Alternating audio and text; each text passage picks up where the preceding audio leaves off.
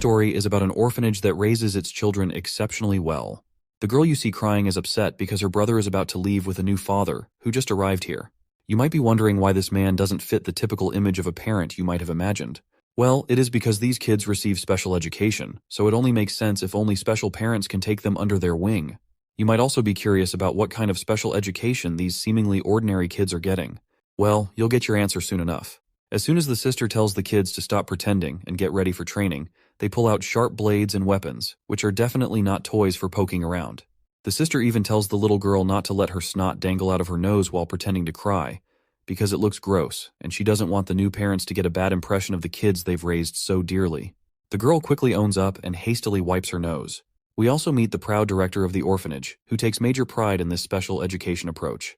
He sees it as a real gift for these kids, because they've been trained as living, breathing weapons ever since they learned how to walk. These kids are raised with super strict supervision to make sure they meet the standards of the filthy rich. Because of this crazy attention to detail, it costs a fortune to train each child properly. Another question that might come up in your mind is what these kids are actually used for. Well, there is not any straightforward answer to this question, and the director just says they're like computers. And what they're used for is decided by the buyers, or as you might call them, the new parents. For example, this rich fat cat who has just adopted a new kid shows his new son a photo of a man and says, "This is your target. Memorize his face." The director then explains that since these kids are living weapons, they pose significant threat to the buyer. So the orphanage made sure to drill each and everyone with 3 absolute principles from a young age. These are the rules they can't disobey because they have been wired in their subconscious mind, and the orphanage calls these the 3 absolute principles, and they're crucial for keeping the kids under control. While this fat guy is drilling the boy about memorizing the photo, the kid, however, points out that there's a car tailing them closely. The old man is a bit startled to hear something he never asked, so he starts yelling at the kid, demanding to know what the heck he's talking about, and tells him to just focus on memorizing the damn picture. The kid quickly snaps back to attention and swears to follow the orders. And there you go. That's what the first principle is all about. Absolute compliance to the parents' orders. That car tailing them smashes into them, and their car flips over from the impact. The kid scrambles out and sees his father badly hurt and barely clinging to life.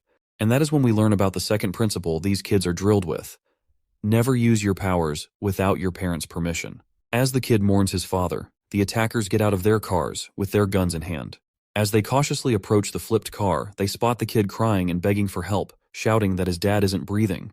The attackers are taken aback to see this because they had no idea that there was a kid in the car. They decide to toss the kid aside to finish up the work, but before they can, the boy whips out a knife and stabs one of them right in the throat, making him bleed like crazy, and then quickly snatches the gun from the fallen enemy. Before the other hitman even realizes what's happening, he sees the kid aiming the gun at him and gets a solid bullet right in the head, ending him with a single shot. And that's what the third rule is all about. Forget the first 2 principles and do whatever it takes to keep your parents safe. The director, on the other hand, couldn't be prouder of his children. He is practically bursting with joy and pride for raising such perfect, exceptional kids. He quickly shows the register book containing information about each and every kid and asks his buyer which one he would prefer. But the buyer flatly refuses any of them. So, the old man puts the register book back on the drawer and reluctantly pulls out a file for a kid who's already been deemed a defective product. He's disappointed that the buyer is only interested in this particular one. Apparently, this misfit kid was a real gem. Even the director is a huge fan of his. He had the best skills out of all the weapons they'd whipped up, and the old man was practically swooning over him. But of course, the kid disappeared, and the director's left wondering if he's even still breathing. They've been on a wild goose chase to find him, but since he's parentless, he can't use his powers without someone's permission. So they're pretty much in the dark because of 0 leads, and he's probably living incognito as just another regular high school kid. Well, it seems like this supposed ultimate weapon is getting pushed around by a bunch of school bullies. After taking a punch from a guy in a white hoodie, he's down for the count, writhing in agony from that one brutal hit. Guess being a top-tier weapon doesn't always mean you can handle a schoolyard smackdown. This guy Yusef with deadpan eyes hovers over our boy, asking him how many points he'd give that punch. The poor guy fumbles out, that's a solid 180,000 points right there. The other bullies in the group high-five Yusef for racking up such a high fist score. Yusef then decides he wants to play further, planning to test his kick to see how many points he can score this time. But before he can walk to our boy Hyunho once again, a blonde dude pushes this black head away and rushes up to Hyunho, eager to know how many points his punch can earn. Yusef doesn't appreciate getting pushed by some lowly weirdo, and even Hyunho can tell Yusef is pissed about the blonde's shove. So Yusef silently strolls over to the riled-up blondie, Cyan. When he gets there, he gives Cyan a good old slap across the face, casually saying, "Just paying you back, buddy." No hard feelings. As much as Cyan hates the humiliation of that slap, he swallows his pride and gives a thumbs up to his friend for a solid 180,000-point slap. The guy with the deadpan eyes just smiles and casually walks away, telling Cyan he can buy him a pack of cigarettes instead of flattery. Before Yusef goes, Sion challenges him, promising to fight him next time. Meanwhile, the protagonist is totally fed up with all this nonsense from these ragtag idiots because he knows he could take them all down in one fell swoop. Still, he plays the role of the dumb weakling, and Sion starts choking him, demanding to know if Yusef's punch is actually better than his. Cyan keeps on bullying our boy, treating him like his personal punching bag to vent his frustration, and tells Hyunho to tag along with him for a little while. With no way out, the boy reluctantly follows the rowdy thug and ends up footing the bill for their meal, because, well, Cyan claims he's broke, saying he's all out of cash after running errands for Yusef. Blondie then wonders aloud who would win if he fought Yusef head-on. In response, Hyunho states that he can't say anything for sure. Out of nowhere, Cyan notices the snack shop has the same name as Hyunho, and our guy sheepishly admits it's run by his mom.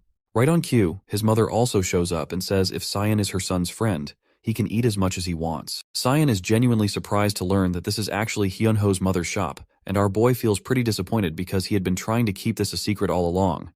And he's not sure why his truth had to come out at the hands of this jerk, who's shamelessly running his tongue over his lips, probably looking forward to freeload some more food. Seeing the shifty look on his filthy friend's face, Hyunho grabs his pen, ready to poke a hole in Cyan's eyes if he tries anything sneaky.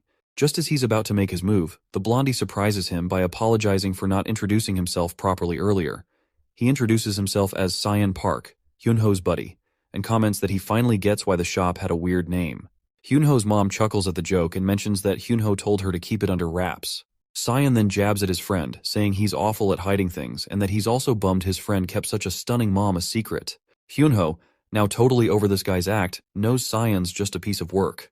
To avoid any more nonsense, he tells his mom they need to bounce because other friends are waiting for them. The woman packs up some food in a plastic bag and hands it to Cyan, telling him to share it with others. He explicitly and happily states that all Hyunho's friends are like her own children, so Cyan should not shy away from anything. While Hyunho tries to convince her that it's really not necessary, the blondie's eyes light up at the sight of free food. He grabs it without a second thought, completely ignoring Hyunho's internal groans.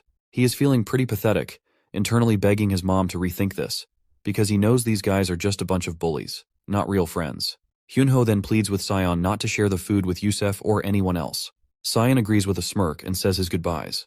Hyunho's mom, ever the gracious host, tells Cyan to bring more friends next time, to which Cyan enthusiastically agrees, saying he'll definitely come back with a crew. Well, that's exactly what Hyunho was trying to avoid, and here we are. Once Cyan's out of sight, the boy turns to his mom and lets loose, and while fighting to keep his tears in check, he furiously demands to know why she didn't just pretend they weren't related. Seeing her son so upset, his mom is totally confused and hurt. She tells him she was just happy to meet his friend, and apologizes if she caused any trouble. Hyunho, meanwhile, is left questioning the rationality behind his words. He has no idea why he's yelling at his mom, especially when she's apologizing.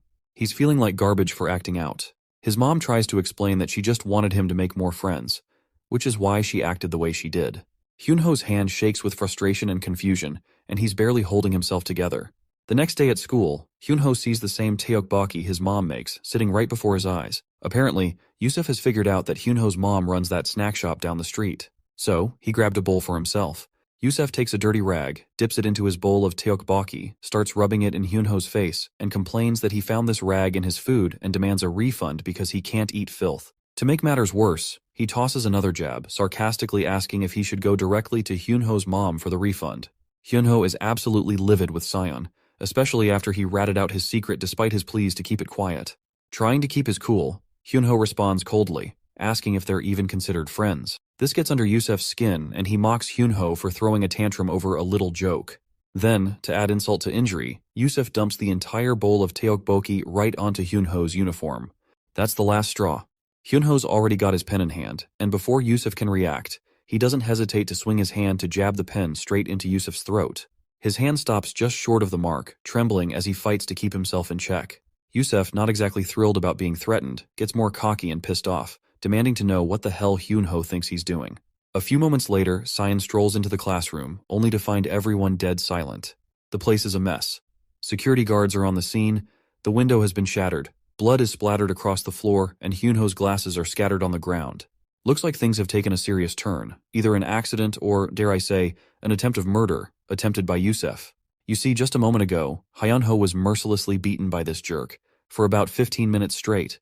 He begged for mercy, draped in his own blood, and lost consciousness several times while writhing in pain. Despite his pleas, Yusef didn't stop and continued the relentless beating.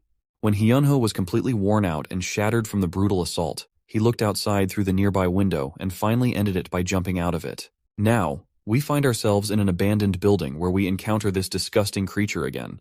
With no shred of empathy, he casually puffs on his cigarette and tells his friends to confess that they were the ones who accidentally pushed Hyunho out of the window while playing around. His friends are pretty reluctant to take the blame. In fact, they refuse right away to Yusef because they don't want to get into trouble. That's when Yusef brings up a useful Korean law known as the juvenile offender law. He explains that he's no longer eligible for this because he's past the age limit, so he's asking his friends to help him out by confessing that they were the ones who pushed Hyunho out of the window. He insists that this is the only way he can avoid a trip to jail. Still, the other boys are hesitant and remind him that even if they take the blame, they'll be hit with a civil lawsuit. Yusef just shrugs it off, saying he's got that covered too. He then points out that the civil lawsuit hasn't been filed yet, and if they eliminate Hyunho's only surviving family member, his mother, there will be no one left to file the lawsuit. Yusef also brings a suitcase full of hard cash, offering 10 million won per person in exchange for their help. Once everything's figured out, they decide to pay a visit that night to the grieving mother, who's still trying to cope with the loss of her son. She's sitting in her son's room, surrounded by his things, lost in her grief. As midnight strikes, the thugs quickly put on their masks and head straight for the 5th floor. But when they try to use the elevator, they find it's out of order. So they opt for the traditional staircase. As they make their way up, they discover that the elevator is jammed because someone has intentionally wedged it with a fire extinguisher, preventing it from coming back down.